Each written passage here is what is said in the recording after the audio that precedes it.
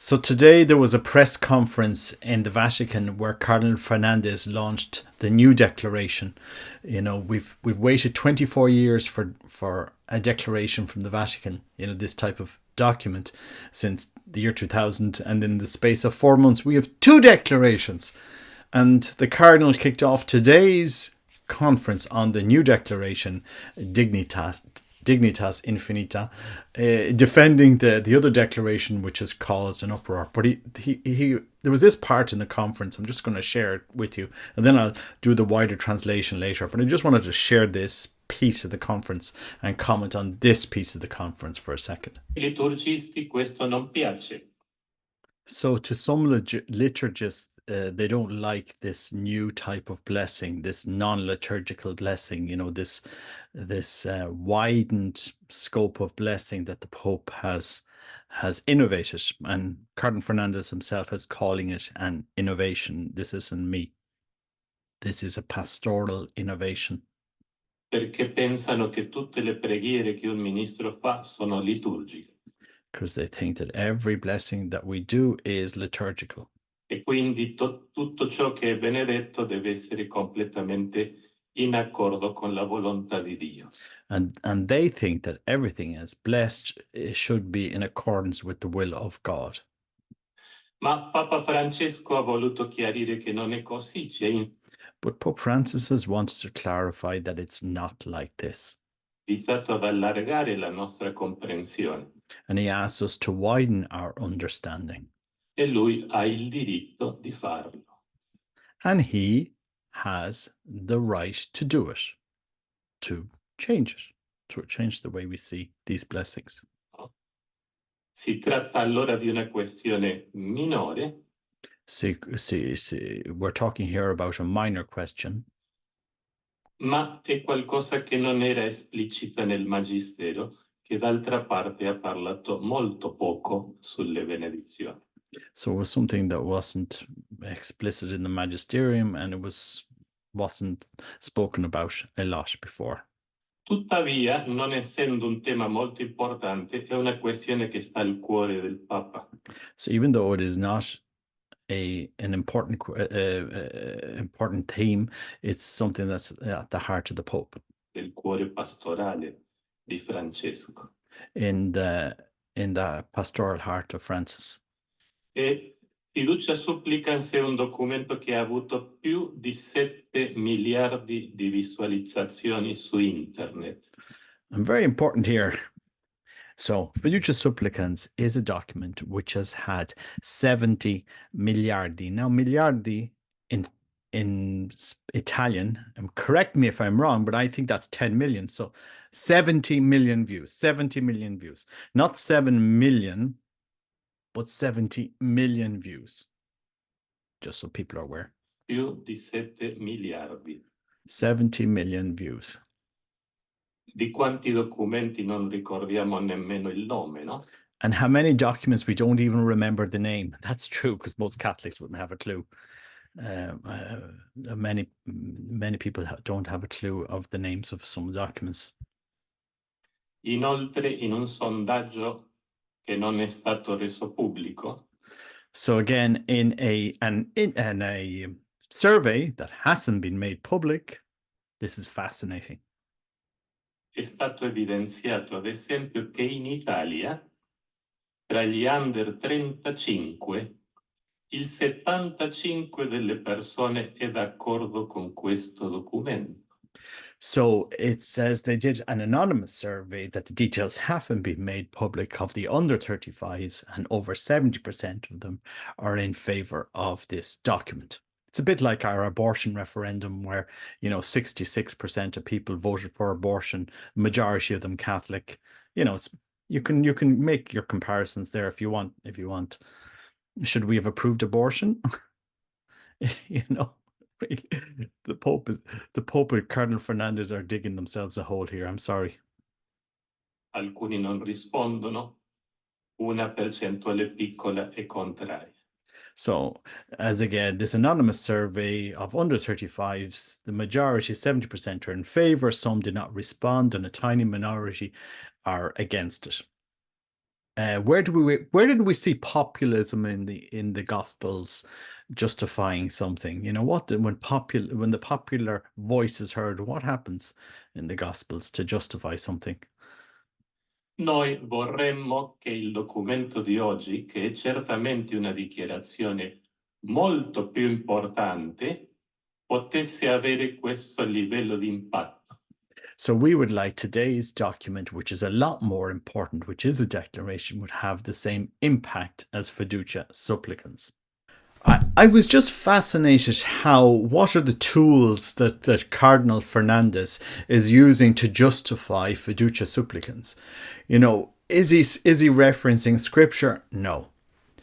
He's asking us to accept the Pope's decision because he says it is the Pope's decision. This is a new way of understanding that you can have these blessings that are not liturgical blessings, that don't confer anything, they don't consecrate anything, and so forth. So we can give these blessings to people and help them on their journey. And you know, we have to understand this wider scope. And in the course of trying to justify it, he says, look, the document has had 70 million views on the internet. Wow. And how many times people don't read documents? Of course it's going to have 70 million views. The world can't believe their ears when they saw James Martin step out the day afterwards with lights, camera, action, New York Times, photographers and everything here. The first priest to bless two married gay men in New York. I mean, it was an innovation. And then you had in Uruguay, two men have their civil marriage, and then the priest comes to their wedding ceremonies afterwards, and with permission of the bishop, he gives them individual blessings. Okay, well, I mean, this is the innovation we've arrived to in the church. Interesting times. But, you know, the Cardinal Fernandez is saying, oh, look, the document has had 70 million views. His first declaration, you know, he certainly got noticed in the world. And we did a secret survey that we're not going to publish. We went out to Bologna and interviewed 50 under 35s and 75. I'm being humorous here. We don't know the details of the survey. He says it's an anonymous survey of under 35s in Italy. How many people they questioned, we don't know. I mean, Cardinal Fernandez, it sounds like this is political speak. You know, this is what political parties do in the background when they're doing policies. Well, what's popular, we go with. What can we sell to the populace, we go with. And that may be true. You, Cardinal Fernandez and Pope Francis, you will be popular with the world. If that's what you want, popularity with the world, go for it. Go for it. See where this logic carries you through. And to go into a press conference and said, we had a survey and look at all the views that's had this document on the Vatican website. Get with the program, guys. This innovation. And he used the words innovazione, innovazione pastorale, in a pastoral innovation. He's used these words. This is a wider understanding of blessings. Okay. But I suppose those of us who are sitting back here that, you know, have been educated in the church, that went through formation in the church, you know, how many martyrs during the centuries died because they were not popular? Bishop Fisher in the UK, during the Reformation, he was unpopular among all the bishops that apostatized. Thomas More was unpopular. The martyrs in Japan, the martyrs in Korea, the martyrs in so many places they gave their lives following a faith that you know was difficult to follow, and we are literally giving in to popular opinion. Are you using popular opinion? This is where we've arrived to in 2024, guys, that we will have the prefect of the doctrine of the faith use popular opinion to justify a document. Get with it, guys. Obedience to the Pope. Obedience to the Pope. Blind obedience. Stop thinking. Can all cardinals, bishops and priests please turn off your brains here The Pope can do whatever he likes. So we can have 2 sets of blessings now, and in 4 years' time, we can have 4 sets of blessings. We can have a blessings that we can give to Muslims if we meet them during Ramadan. I mean, the theory, where could we end up with this? Like, question, like, what is the point of a blessing? Now, of course, I understand the Pope and I understand Cardinal Fernandez. It was never the requirement that you needed moral perfection to approach a priest for a blessing. Even if you were divorced and remarried or gay or whatever, you went up to a priest, Father, can you give me a blessing? The priest wasn't going to take out a notebook and go through a list of moral requirements now to give you a blessing. I think people knew this, and the church knew this. You could just give a blessing to somebody that asked for a blessing. And yet now the Pope with this innovation has introduced, okay, well, we have all of these type of blessings that are this and that are help you to do the will of God. And we have this new one. And the Cardinal stands up in the Vatican and says, look, guys, obey it. I think he took out canon law later on in the press conference. He brought canon law into the situation. It's like a lawyer bringing in the lawyer books. You know, obey, obey, obey. Shut up. Don't question. You know, don't question the ultimate authority in the church. Here, look at the survey. Look at the survey. Get with the program. The majority wants it. It's like in Ireland, you know, Catholics were beaten down after the abortion referendum. You lost.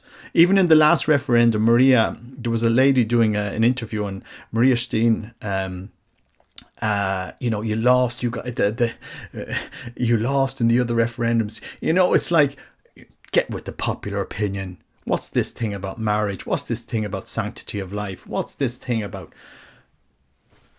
Guys, have I lost it? Sometimes I wonder, am I just not seeing something here? I hope someday that Pope Francis is Saint Pope Francis and Cardinal Fernandez is Saint Fernandez. You know, I hope I'm proven wrong and they're proven right, because otherwise, really, what we're facing here is utter confusion at the top of the church. You know, the church has one mission: salvation of souls. How is salvation attained? How is our salvation attained? How do we bring souls to know Christ? We have to instruct them on what is the Christian way of perfection. What is Christ? What did Christ ask his church to do? To keep his commandments.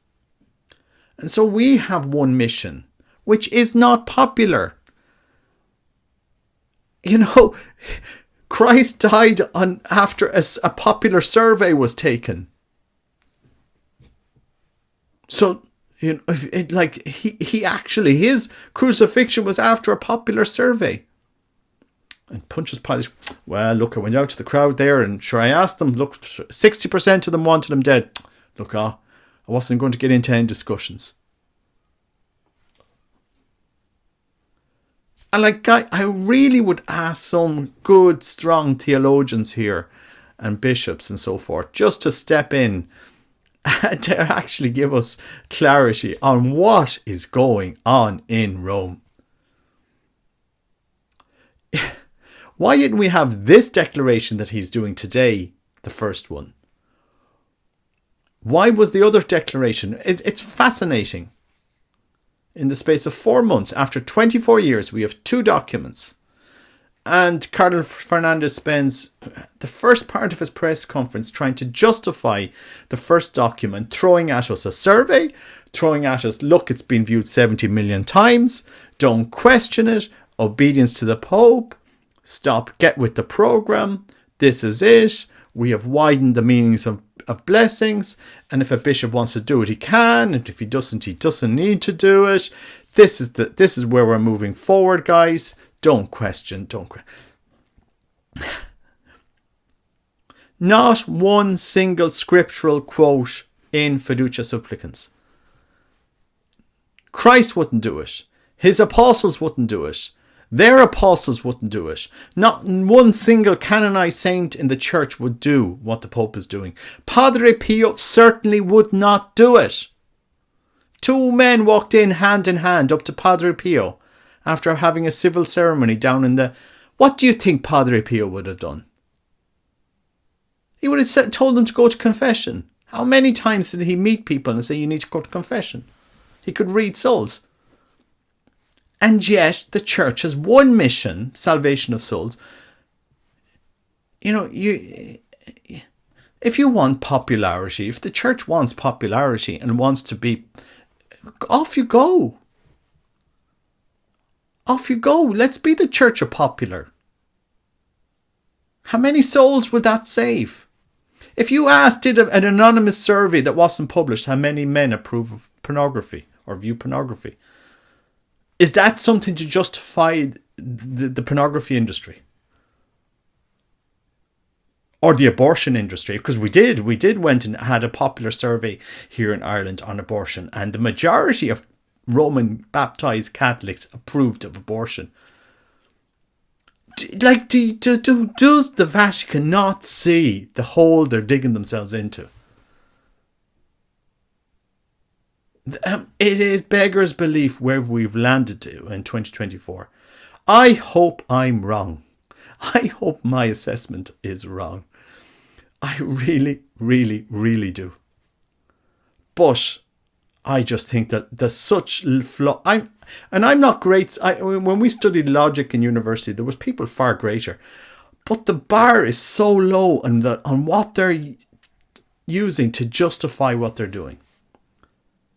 Hold on here, guys. Yes, compassion and dignity we must have.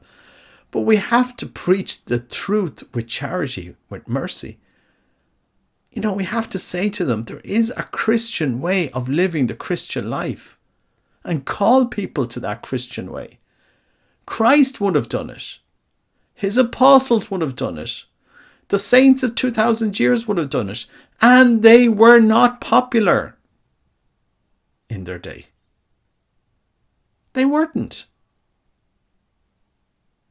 You know, it's really fascinating where we've landed to in 2024 and the logic being pushed on. I mean, maybe Robert Nugent is wrong, and all of the bishops in the world, the cardinals of the world, that you've just gone ahead with this and accepted it. Well, okay, that's great. Maybe this innovation is the way to go. Maybe it is church of popular. That's where we have to move. If a document gets 70 million views on the internet, then we use this as a justification to say, get with the program. It passed a survey initially. We're not going to publish the details. Get with the program. It doesn't have a single biblical quote. Doesn't matter. This is what the Pope wants to do. Get with the program. Really? I asked a question. Show us, is this going to bring souls to Christ? Or have we just shoved the Christian way of perfection aside? It's another time where we put the frog in. We're turning up the temperature to boil the frog. Another 10 degrees. Next pontificate, we're widening it even more. Next pontificate, we'll widen it even more. We'll appoint our bishops and our cardinals, and we'll get our successor in there. And we'll widen this even more. No wonder the Pope had to go after the traditional Latin Mass. He couldn't stand that there would be a liturgy and a movement that would stand against his program. It's true. It's crazy, guys. Knock some sense into me. I would ask priests and bishops, knock some sense into me. Challenge me on this. Am I seeing it wrong? Am I really seeing this whole thing wrong? I think Rome has lost the plot. For a cardinal to use that as justification for his document has lost the plot, in my opinion. Anyway, but please, I'm totally open to put the comments in there. If you think I've lost the plot, let me know in the comments. But, you know, the Christian way of perfection was, you know, we follow Christ's commandments. we don't divorce. You know, we don't divorce. We don't sleep around. We marry one woman and we remain faithful. You know, we have to understand what is the Christian way of perfection, of living, and that's what we preach. That's what we bless. And not everybody's going to be perfect, and not everybody will follow it. But we know that's why we have confession. And we're all called to be, we're all challenged by this Christian way of perfection.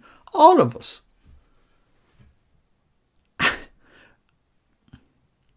But it's interesting. I mean, or maybe I'm too simplistic in viewing this. Maybe the legionaries formed us wrong. Maybe our legionary formation in Rome in the 1990s was just crazy. You know, call it what it was. But, you know, we were taught, you know, this was the faith. This was the faith. We were given a catechism. This was the faith. This is what you defend. This is what you give your life for. You won't be popular. You won't. The Christian faith won't be popular with the world. You know, Christ wasn't popular. If Christ was popular, he wouldn't have been crucified. Think about it. But maybe I'd love to hear. I pray I'm wrong. I really do. I pray that in somehow I have misread this completely, because it's interesting to see what's going on. But anyway, let me know your thoughts. God bless you. Take care. Bye bye.